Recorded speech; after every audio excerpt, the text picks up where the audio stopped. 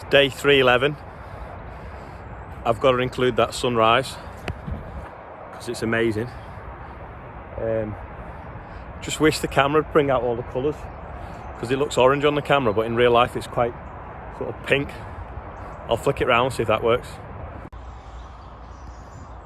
No, the camera's just not doing it justice at all. Update on the flood anyway while we're here. It's gone down a bit. Well, gone down a lot, to be honest. It is going to rain again tomorrow though, so we'll see what happens. I think it's dry all day today. Oh, is that flying over? Oh, magpie. Looks like my mum sold him off. He's got his eye-vis on today. Just using my new cup. Borrowed 4 of these off my mate. We're going to try and lift the well cover on today. So Sam's just going to pick some little bags of gravel up because I'm going to put white gravel in the bottom and then hopefully it'll make the water look brighter. Today's quiz question is, does anyone know what that is? Someone was asking about them. They're off Amazon, I think, these ones, but they're quite handy. This was yesterday's question. It is French chalk, so it's like nearly waterproof, but apparently it comes from Australia as well. But it's dead handy for marking stuff in the workshop. So if you know what the other one was, that big ball thing I had hold of, click like or leave a comment if you're guessing, and then I'll let you know what it does tomorrow. Someone will know what it does because, or a lot of you might actually if you've watched the videos from the beginning, because we did use some of them on the wood chipper. Adam just changed his roller wire. It goes on the welder. It's got these little pulleys here and this motor. So when you pull the trigger, they all turn. If I press this button now, and it feeds the wire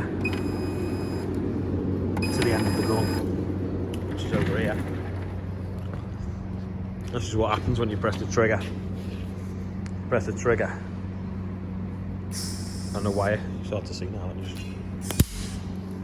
You pull the trigger, and the wire comes out the end, and then that's what forms the weld.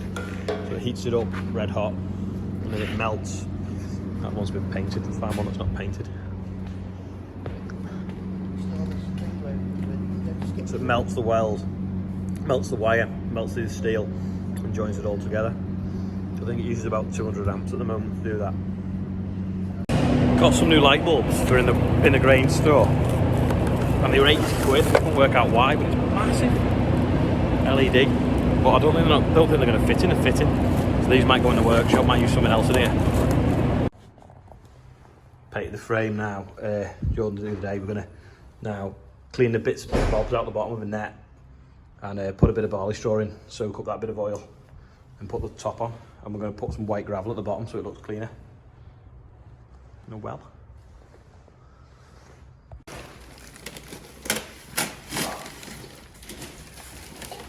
Looks a bit murky now. Hopefully it'll settle out. Ah, don't chip the metal. Wait, don't chip the metal.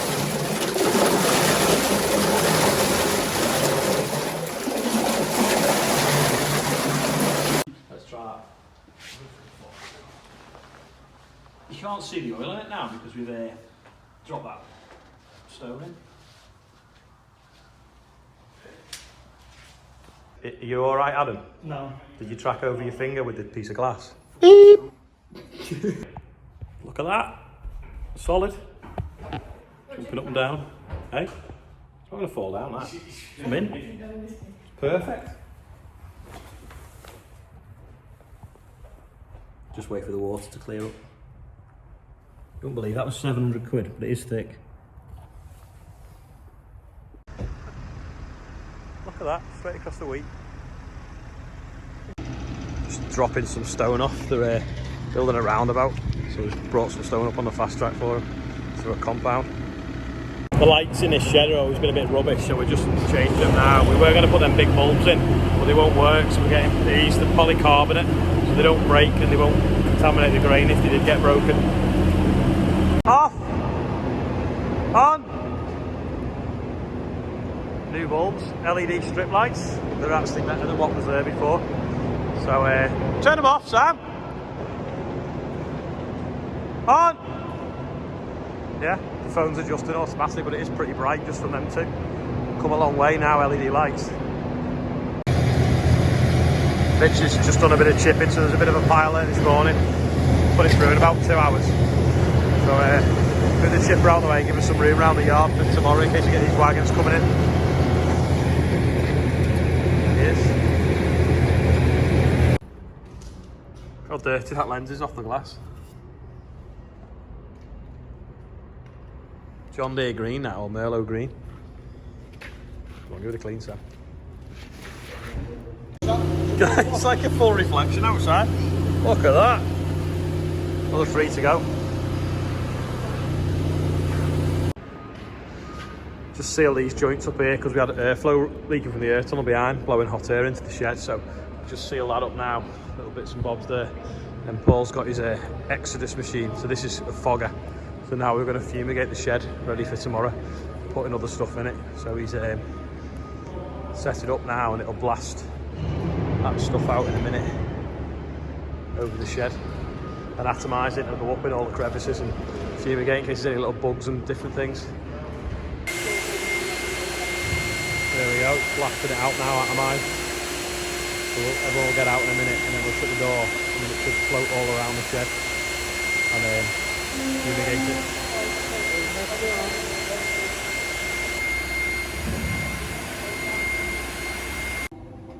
Just in the air tunnel now, this is the big fan that blows all the air, blows it down this tunnel that way. But this wall here and this first bit of this wall is the wheat store, and this concrete over time gets warm. So we're going to insulate this side of it now with some insulated board, and hopefully it'll stop it getting warm. We only got to do to this point here because then that's a different shed then, and that's the one with the drying floors in. So we'll just get some glue on the wall now and glue these insulated boards on. We should have done this yesterday though, because it's 34 degrees in here because the fan's turned off, but everything's still hot. The steel's still hot, the concrete's still hot, the roof's still hot, the floor's still hot. So we're sweating a bit. Got the first one in now. So I think we'll do that and then we'll just spray foam on the top, seal the joints up a bit better, hold it in better. I'm in the cherry picker in the workshop. Got some flags, got to put them up, make it look a bit better. We've got these pipes going all the way around so I can hang them off them. So it might brighten the place up a little bit. Look at that. I've probably got room all the way around for about 35 different flags. So I'm thinking machinery manufacturers or car manufacturers rather than actual countries. So if anyone can think of any that you think I should have up in here that are worthy, leave a comment in the box. Any ideas? I think I've ordered the John Deere one. Not that I'm a John Deere fan, but Adam is. And also I've ordered a Class one. If you think of any others, leave a comment. We changed that light and that one, the back two are still originals, from metal halide to LED. I'm trying to work out whether it's any better. I don't think it is. I always feel it's not quite bright enough. So I might not bother changing the back two and just actually change the fittings to brighter fittings so we've got more room. Just at the other farm now, so we've dug 9 holes for the pillars for the shed that we're building in the workshop now. So they're going to go in the different corners of the shed, and then the concrete's going to be here in 10 minutes and we're going to pour the holes up full of concrete. Once the concrete's gone off, then we'll bolt the pillars to it and we should be good to go. There's Gary now with the concrete wagon, so it won't be completely pitch black by the time we get done. Look at that. The wagon basically has an offer on the back for cement, one on the side for sand, one on the other side for stone, and then a water tank on the front. It mixes it all out and then mixes it coming up that tube.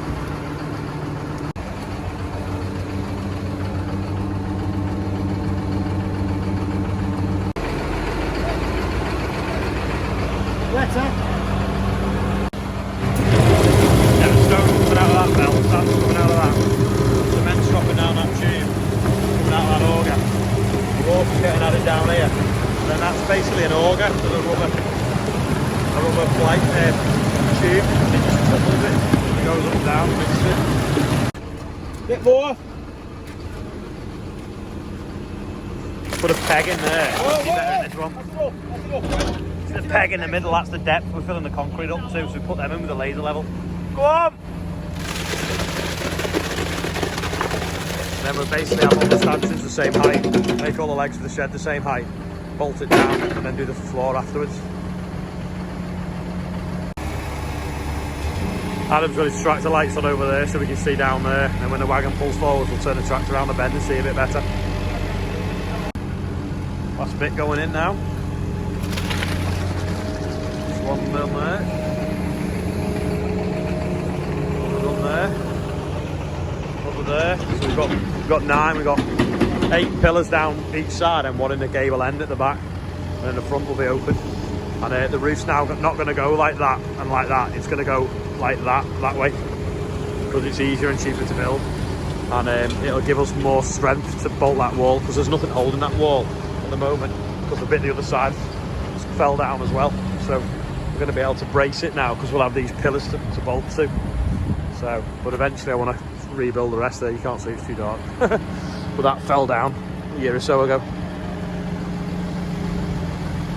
That's about all for today. Hope you found it interesting. Bit of a random day today, all here, there and everywhere, doing little bits and bobs of jobs.